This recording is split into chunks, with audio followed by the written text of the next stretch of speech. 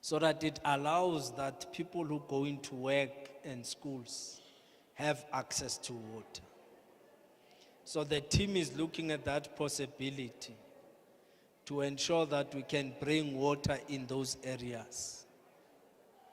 And during the day, we'll also have to make interventions with our water trucks, because we are also forced that the business areas, because they consume more during the day, we channel the water to the businesses during the day so that business can have water. They normally finish at about 5, 6, and then we rechannel to the communities until we can get that pressure coming through. Once we have that pipes completed, then we'll have sufficient. We don't want to come and lie. We want to tell you the truth and the truth so that you can hold us accountable. When I came, I said we'll be back in 7 days so that we can give an account of what we've been able to do. We left here believing that all of us in 7 days will have, but as we went back, the infrastructure showed us the opposite.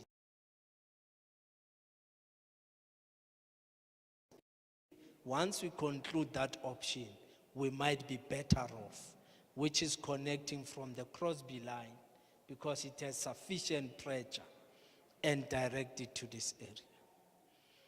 And I'll allow you to say any other thing that you want to raise.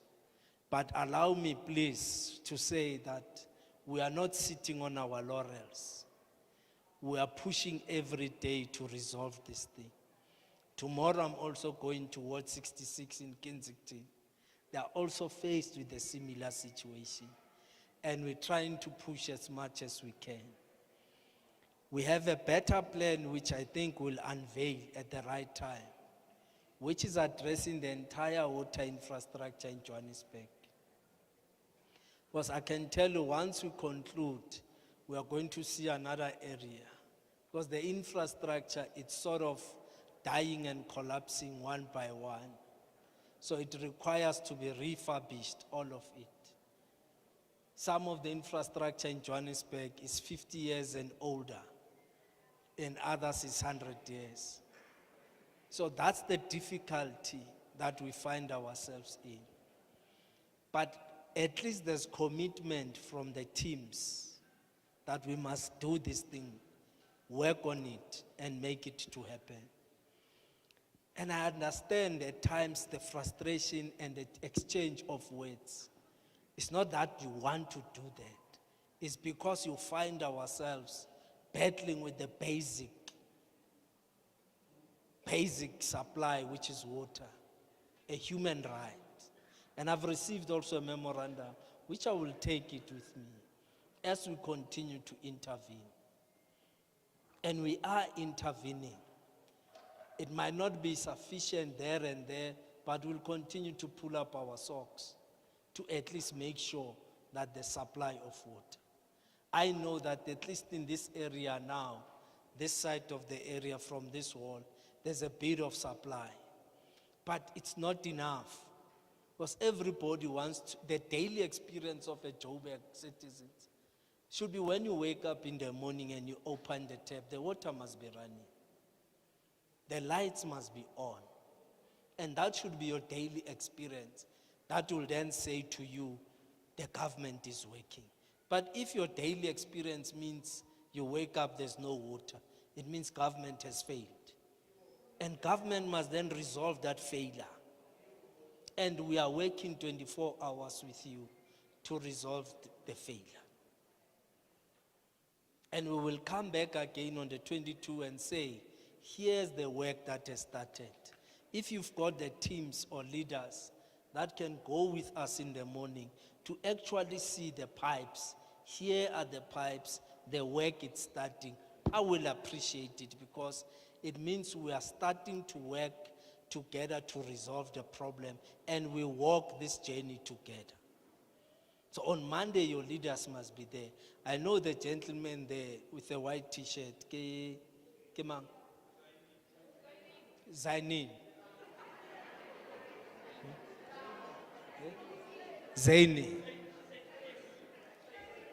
Say, you could see that he has a bit of experience about the water business. He's also an engineer. So I hope that he will avail himself so that we go and see that is it true that they are starting this work or not? Because most of the time we've seen a lot of people coming and saying work is being done when there's no work. So I'd like you and a few others to accompany me on Monday.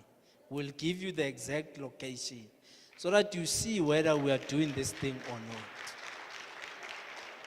I really want to travel this journey with you. I'm not sleeping well when I get home, knowing you don't have water. I don't sleep well. You may think I do sleep. Emang. So, those who have my number, they know. Even at 2 in the morning, I'm still on WhatsApp, trying to respond to customers. They send me messages, and the whole 3 weeks, it's been water everywhere. I even went to open a theater. There was a SS Mendy show at the Johannesburg theater. Those who are military veterans would know about SS Mendy. When I arrived there, before I could talk, the people said they want water. They didn't have water. So the water issue is high on our agenda to resolve it. We're also talking to national government. When I left here, the very Sunday, we left on a Wednesday here, on a Thursday. On a Sunday, I was in a meeting with the Minister of Water, the CEO of Rand Water, the chairperson of Rand Water, and the deputy ministers, and the Premier of Gauteng to say, what do we do with the water thing? Because it's not only affecting Ward 69 and Ward 82, it's a Joburg problem. So it's not as if I'm relaxed. Sunday I was in the meeting at about 7 in the evening. We're trying to look at what do we do. And the minister was also saying from her side, they will try and do the following to help us get out of this problem.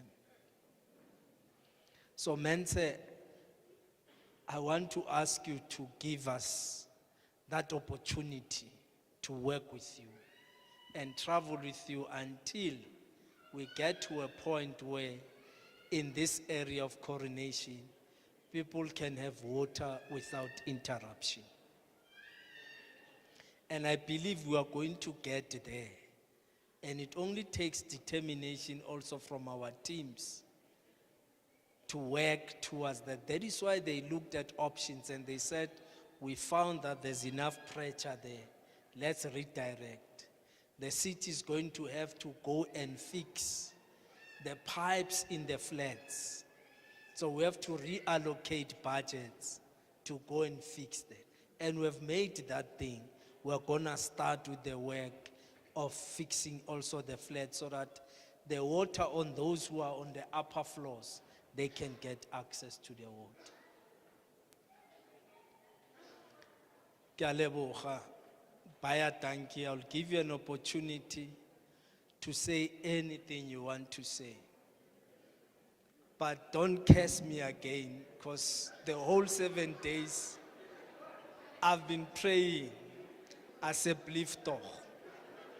It was the last time somebody said, the yere, vad.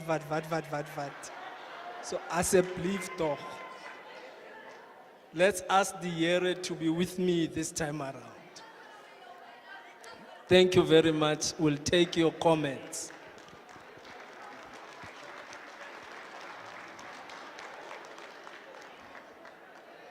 Thanks, Executive Mayor, once again. Let us appreciate the time you have given to us to explain this matter, which is not easy. He is correct, the executive mayor. We hardly sleep. This problem, I'm sure you see in the media all over the Johannesburg and other municipalities are also affected by this thing. There are areas such as Ivory where a community will stop our technician to enter into a township, and as a result, we are unable to move and assist them. So I'm glad at least you are able to allow the technicians to come into an area so that they are able to do their work as they feel.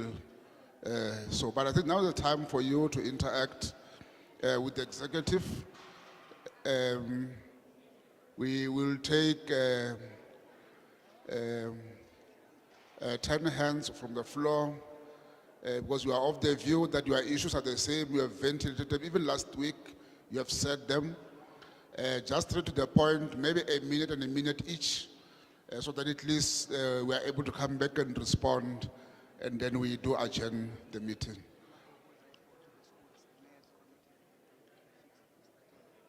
Okay. Remember that there is also another alternative means of water provision, which the mayor spoke about them last week, about our view of exploring the boreholes even in our schools here. So the executive mayor is committing 4 schools that will be commencing work, drilling boreholes, purifying and reticulating them to the schools, so that by the time there is a maintenance of water across the city,